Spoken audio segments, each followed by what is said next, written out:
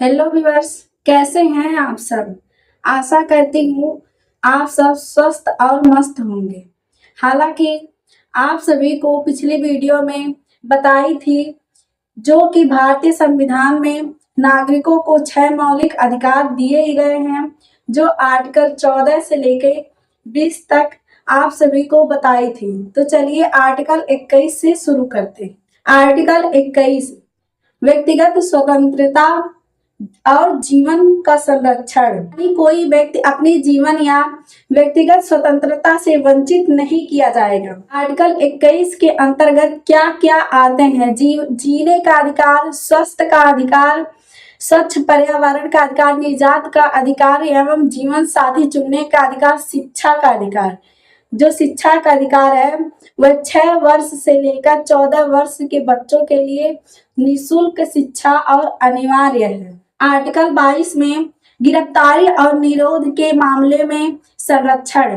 गिरफ्तारी के बाद यह अधिकार है, जैसे आप वकील से मिल सकते हैं और 24 घंटे के अंदर मजिस्ट्रेट के सामने पेश हो सकते हैं।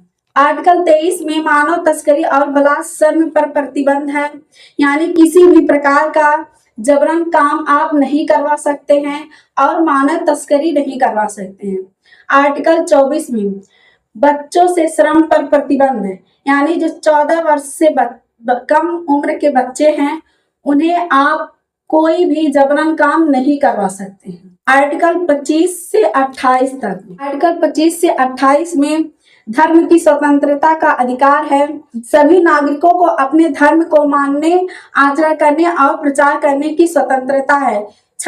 आर्टिकल 26 में धार्मिक मामलों को प्रतिबंधित करने की स्वतंत्रता। धार्मिक संस्थानों को अपने धार्मिक मामलों का प्रतिबंध करने का अधिकार है।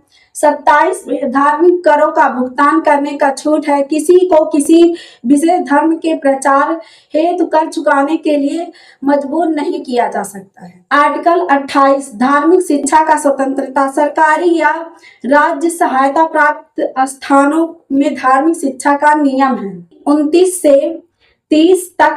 आर्टिकल 29 में संस्कृति और भाषा की सुरक्षा है। अल्पसंख्यकों को अपनी भाषा, लिपि और संस्कृति को सुरक्षा करने का अधिकार है। आर्टिकल 30 में अल्पसंख्यकों को शैक्षिक संस्थान स्थापित करने का अधिकार दिया गया है।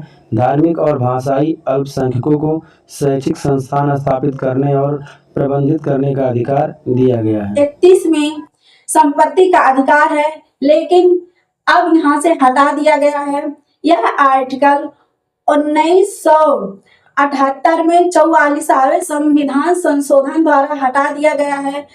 अब संपत्ति का अधिकार केवल कानूनी अधिकार है, यह मूल अधिकार नहीं है। आर्टिकल 32 में मौलिक अधिकारों के संरक्षण हेतु सर्वोच्च न्यायालय की याचिका दायर करने का अधिकार। यदि कोई मौलिक अधिकारों का उल्लंघन करता है तो व्यक्ति सीधे सुप्रीम कोर्ट जा सकता है। इसे मौलिक अधिकारों की आत्मा कहा जाता है। आर्टिकल 33 में सशस्त्र बलों के सदस्यों पर मौलिक अधिकारों की सीमा। आर्टिकल 34 में आपातकाल या मार्शल लॉ के दौरान अधिकारों पर प्रतिबंध है। आपातकाल की स्थिति में नागरिक अधिकारों पर प्रतिबंध लगाया जा सकता है। आर्टिकल 35 में मौलिक अधिकारों से संबंधित कानून को बनाने की शक्ति केवल संसद को है। कुछ विशेष विषयों पर केवल संसद कानून बना सकती है, जैसे मानव तस्करी और बलात्कार। Thanks for watching my video.